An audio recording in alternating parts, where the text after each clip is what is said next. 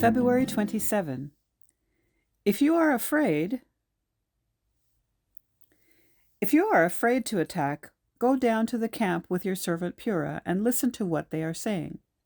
Afterward, you will be encouraged to attack the camp. So he and Purah his servant went down to the outposts of the camp. Judges 7, 10, and 11. From his first arguments with the angel, through the wet and dry fleeces, and the army that grew and then shrank dramatically, Gideon's responses to the task to which God was calling him ranged from resistance to uncertainty, and not much beyond that. But God persisted with him. God did not dismiss his fears or lose patience with his questions and objections. He continued to respond to Gideon's requests for yet another sign, and continued giving him assurances of his presence and power. Now, on the eve of battle, God offered yet another opportunity for reassurance, and another reminder that this really was his battle after all. Perhaps God's invitation was a little tongue-in-cheek.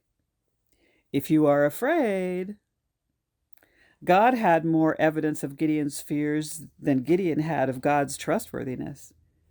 He knew Gideon still had questions and doubts, but he had Gideon listen in on the fears and uncertainties to be found among the army that had assembled against them.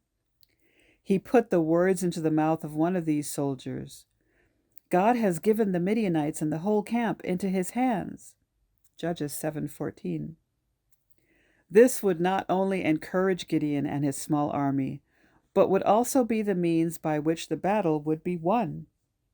Gideon's men surrounded the camp, blowing trumpets, smashing pitchers, holding their torches high and shouting into the night.